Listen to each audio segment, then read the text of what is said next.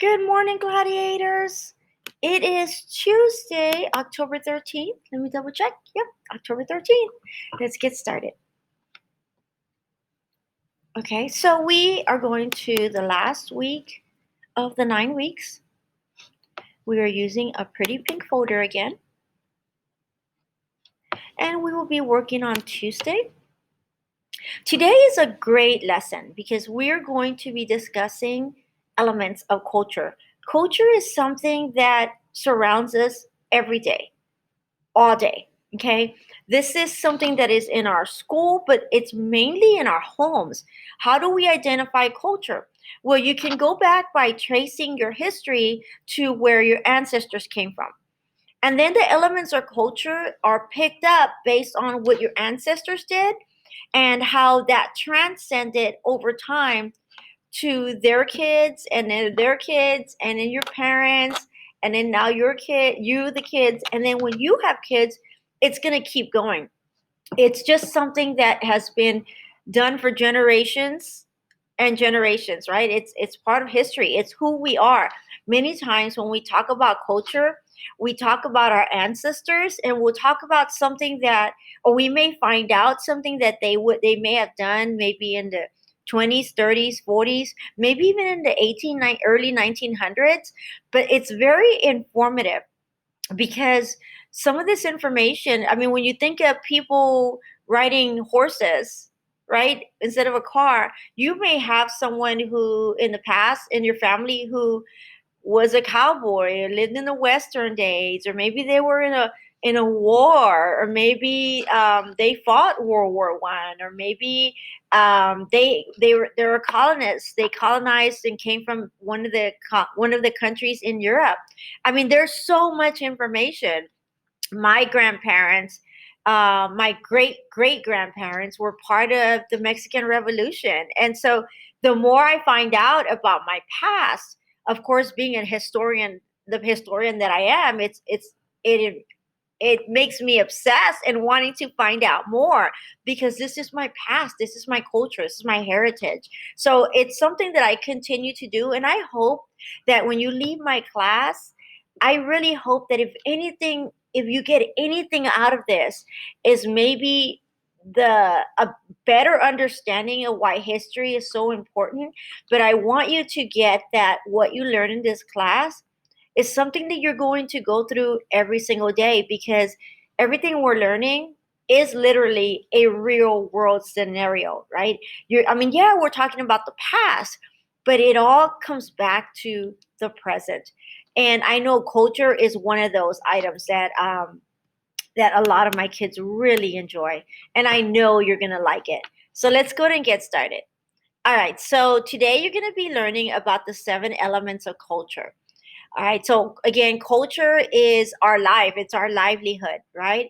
It's our social organization. It's who we affiliate ourselves with, the language that we speak, the customs and traditions that we inherited from our great grandparents, our ancestors, even the religion that we follow. It could even tie to arts and literature that is affiliated with our culture, the forms of government.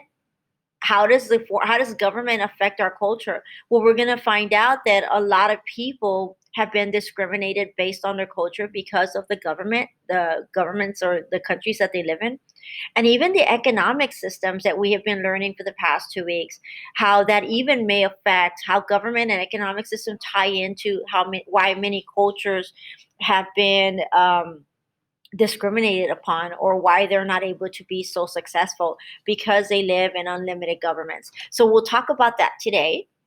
We're going to watch a video that I really think you're going to like a lot, but we're going to talk about how race is a social construct created to group people. So it's about, you have your Americans, you have American Indian, your Alaskan Indian, Alaskan natives, your Black Africans, your Asian native. So this is just the race of who you are. And your ethnicity is almost like a subsystem of that race. Okay. So like for me, if you look at this list, I would not fall under any of these categories, but my race would be white. My ethnicity would be Hispanic or Mexican. right?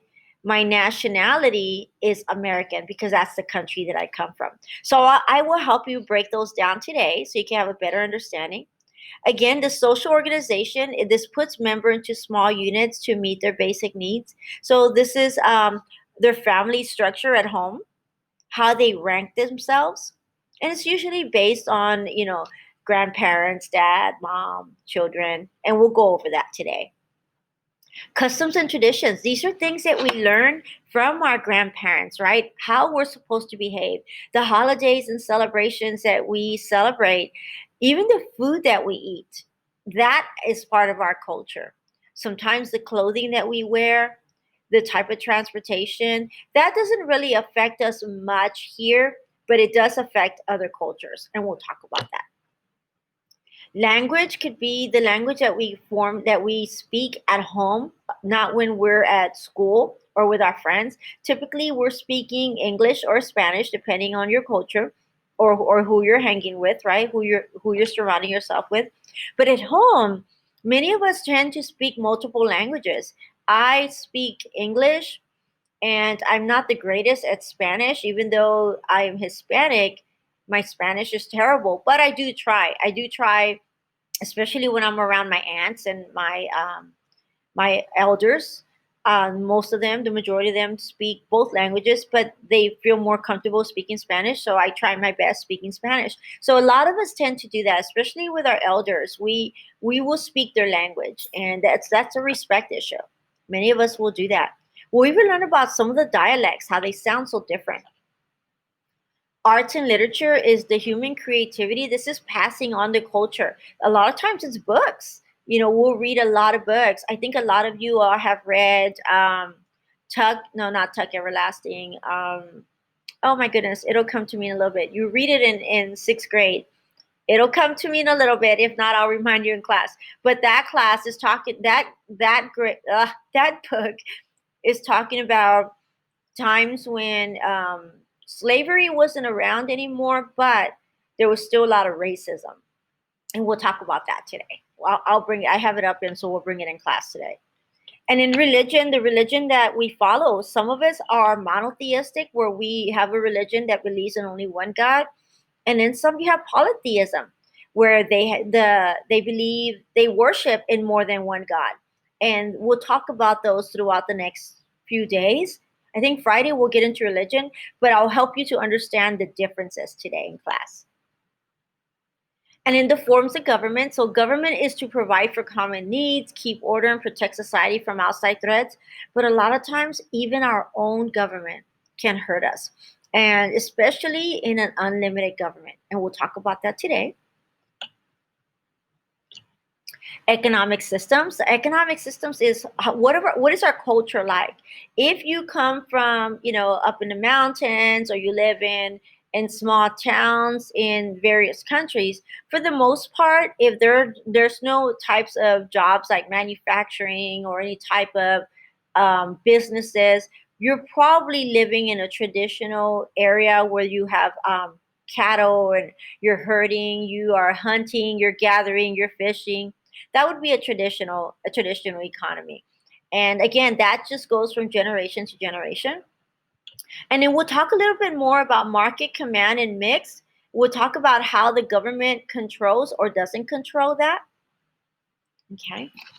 And we're going to go a little bit more in depth to it. Depth.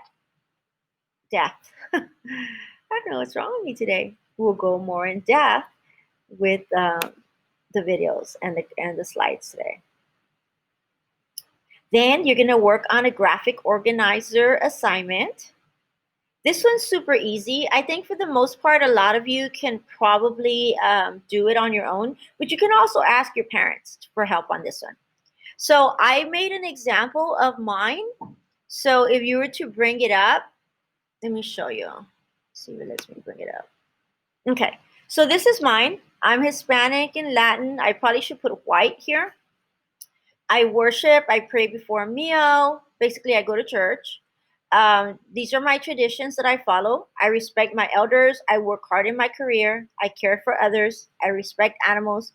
I respect other religions and political views. And my family's traditions are mariachi music, again, because they're Hispanic. I listen to country music, classical, singer-songwriters, 70s and 80s. I even listen to French music when I'm grading. I love listening to French music. I'm a writer, so I listen to French music. It relaxes me. I don't know why, but it does. And the only thing I don't listen to rap, and I rarely listen to any pop music. I do love fashion. That's my thing, fashion. Let's see if it lets me go to the next slide. It will not let me go to the next slide. Okay, for some reason it will not. That's okay. Yours, but I'll bring it up in a little bit. And then your assignment is this one.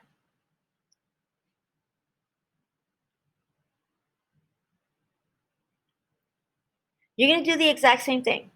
You're going to choose 4 elements from the from the list, and then you're going to categorize them by giving me some information about yourself. Here are the 7 elements, okay? And you can choose any of those. I don't know why mine didn't pop up, but I'm going to try to stick it in here in a little bit. And you're going to tell me your race, your customs and traditions, the languages that you speak, and the types of foods that you eat. Okay? And that's all you're doing. Here you're going to, but that's the example. Here you're going to put your 7 elements or your 4 choices. Okay? Super easy. And again, you're going to go to this list and decide which one you want to add into those 4 blocks. All right? Okay, my angels, see you in a bit.